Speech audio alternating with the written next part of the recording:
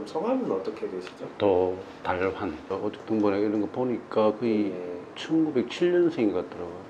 어떻게 돌아가신지 그는 모르고 있다. 할아버지가 실종돼갖고 돌아가셨다 하는 거는 뭐 중학교 다닐 때 그때도 알고 있었고, 근데 할아버지 묘지가 없다. 근데 왜 돌아가신지에 대해서는 정확하게는 뭐 잘 모르고, 할아버지가 일본에 유학 갔다 오셨고 그때 실종돼갖고 돌아가셨다.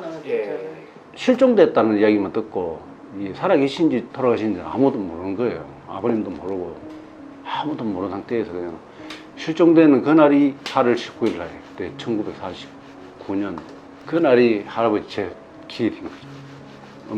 음력 8월 19일. 실종된 게 아니고 그냥 경찰에 잡혀간 날짜죠, 그날.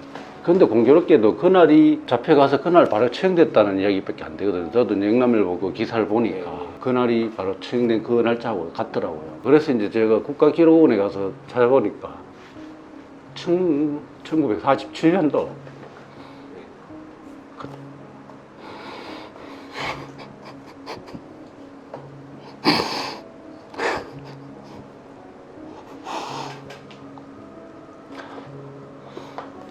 47년도에 1년 옥살 냈더라고요. 그걸 하고 나서 49년도에 이제 1년 만에 풀려났다고 기록이 나와 있는데 49년도에 그날 돌아가신 갑자기 1년 딱 살고 나와 48년도에 일단 집에 왔단 말이죠. 제가 추적상으로 볼 때는 왔는데 49년도에 그렇게 돌아가시는가 보다, 그렇게밖에 추리가 안 되는 거죠, 제 입장에서.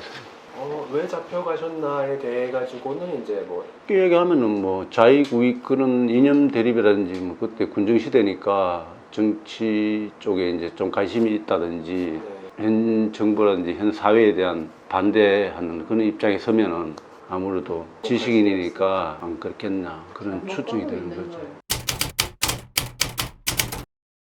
할아버지가 사진관을 했다는 얘기 들었어요. 일본 와세다대 유학 갔다 와서 경주 읍내에서 사진관을 했다는 얘기 들었는데, 사진관을 내가 돈을 굉장히 많이 벌었다고 그렇게 들었는데, 경북 그 성주군에 수르면에 땅이 뭐 몇만 평 있었고, 할아버지 실종되고 난 이후부터는 이제 거의 뭐 집안이 박살난 거죠.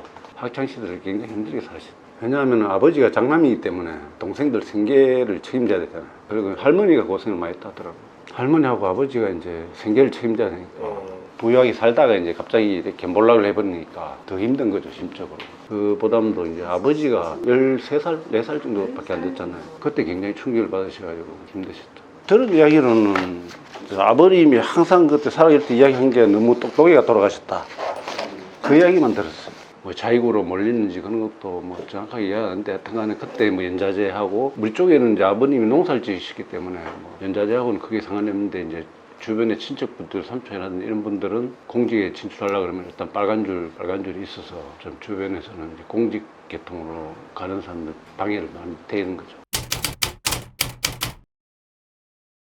그래도 이런 자료가 남아 있으니까 그나마 다행이다고 생각을 했고, 부산에 있는 국가기록원에 이제 자료를 찾았는데, 그 이제 군법회의에서 이제 사형을 언도받았잖아, 그죠?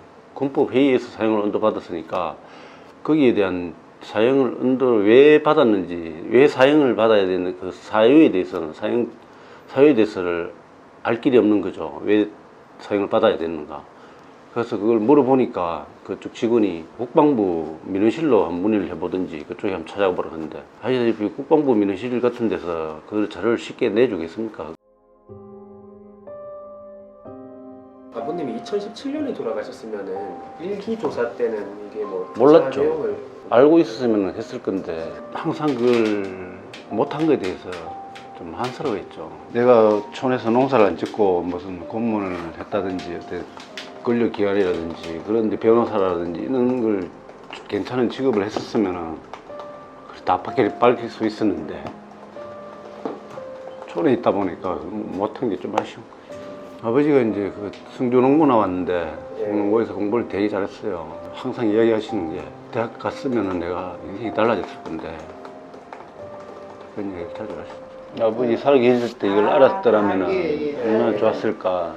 이런 자료를 찾는 과정에서 아버지가 못다한 걸 해주니까 좀 기분이 마음이 위로가 되는 거죠. 네. 아버지가 못한 일.